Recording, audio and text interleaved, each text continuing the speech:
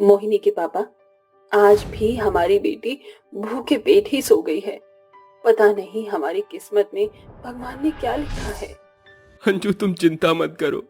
मैं गरीब और मजदूर भले ही हूँ, लेकिन मैं कल से पूरी कोशिश करूंगा कि मेरी बेटी भूखे पेट न सोए। मोहित और अंजू आपस में बात करके सो जाते हैं। अगली सुबह मोहिनी जंगल में खेलने के लिए जाती है और वहां देखती है कि कुछ अमीर बच्चे वहां खेल रहे हैं। जैसे ही मोहिनी उनके पास पहुंचती है कि तभी एक राज नाम का लड़का उसको धक्का देकर नीचे गिरा देता है और बोलता है, छी छी, तुम भिखारी यहाँ क्या कर रही है? मेरा भी तुम लोगों के साथ खेलने का मन है, क्या तुम मुझे अपने साथ खिलाओगे? देखा दोस्तों, ये भिखारी मेरे पास आती है और बोलती है कि ये हम लोगों के साथ खेलेगी।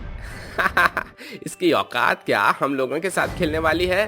अरे भिखारी, पहले तो तू अपना हुलिया देख, तब हम लोगों के साथ खेलने के लिए आई हो।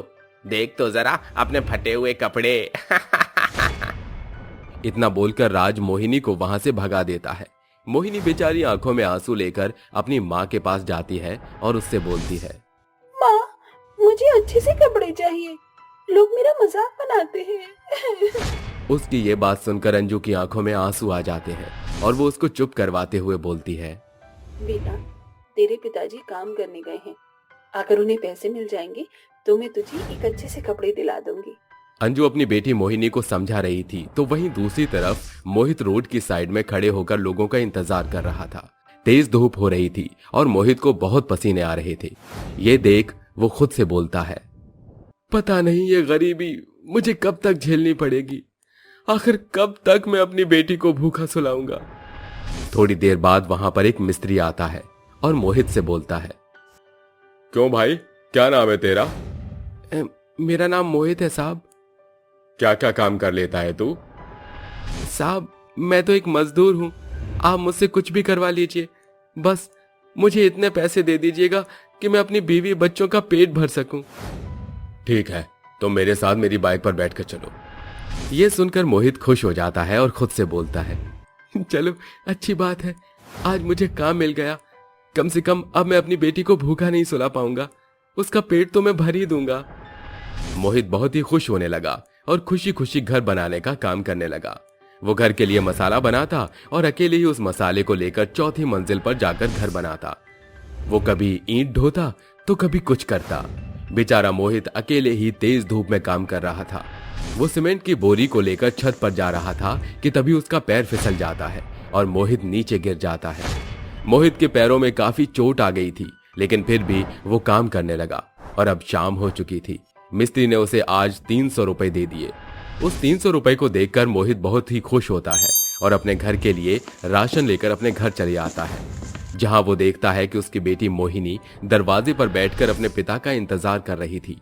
जैसे ही मोहित दरवाजे पर जाता है कि तभी मोहिनी उसको पकड़ लेती है और रोते हुए बोलती है, पिताजी, क्या आज भी आप पैसे नहीं लाए हो?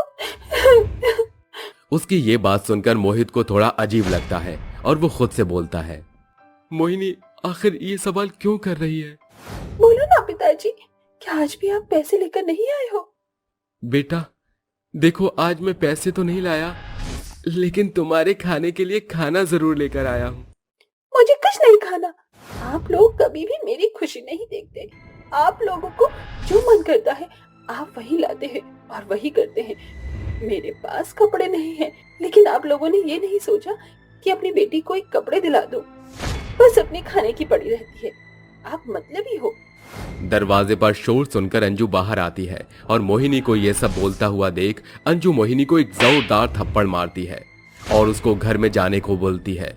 मोहिनी चिल्लाते हुए अंदर चली जाती है। ये सब देख बेचारा मोहित दरवाजे पर ही फूट फूट कर रोने लगता है और रोते हुए अपनी पत्नी से बोलता है, देखो ना अंजू, आज हमारी बेटी इतनी बड़ी हो गई कि उसको मतलबी होने का मतलब भी पता चल गया।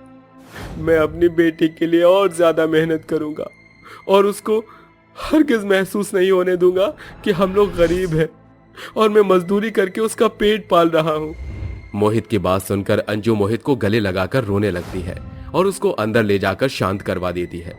अगली सुबह जब मोहित अपने काम पर जाता है तब मोहिनी खुद से बोलती है, मुझे तो लगता है कि पापा कहीं अय्याशी करते होंगे, मैं भी आज पापा का पीछा करते हुए जाऊंगी और देखूंगी कि पापा आखिर क्या करते हैं पूरा दिन। इतना कहकर मोहिनी भी अपने पिता का पीछा करते हुए उसके काम तक पहुंच जाती है, जहां वो छुपकर देखती है कि उसके पिता को मिस्त्री एक छोटी सी गलती होने पर मार रहा है। मोहित के पैरों में काफी चोट लगी हुई है, वो ठीक से चल भी नहीं पा रहा। ये देखकर मोहिनी बहुत रोने लगती है और रोते हुए खुद से बोलती है, मोहिनी, ये तूने अपने पिता को क्या बोल दिया? तेरे पिता तेरे लिए इतना कुछ कर रहे थे, लेकिन तूने क्या किया? अपने पिता को इतना उल्टा बोला। मेरे पिता तो मेरे लिए यहाँ पर काम कर रहे हैं, वो ठीक से चल भी नहीं पा रहे, फिर भी वो यहाँ पर काम करने आए, वो भी सिर्फ मेरे लिए। मैं कितनी गलत थी। मैं शाम होने का इंतजार करती हूँ और पिताजी के साथ ही घर जाऊंगी। इस बहाने मैं उनके साथ समय बिता लूंगी और उनसे माफी भी मांग लूंगी। मोहिनी अब शाम होने का इंतजार कर रही थी, तो वहीं दूसरी तरफ कुछ गुंडे अंजू के पास आते हैं और उससे बोलते हैं, अब घर खाली कर देना, क्योंकि ये जमीन मुझे चाहिए।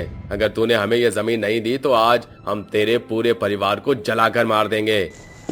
वो धमकी देते हुए वहां से चले जाते हैं।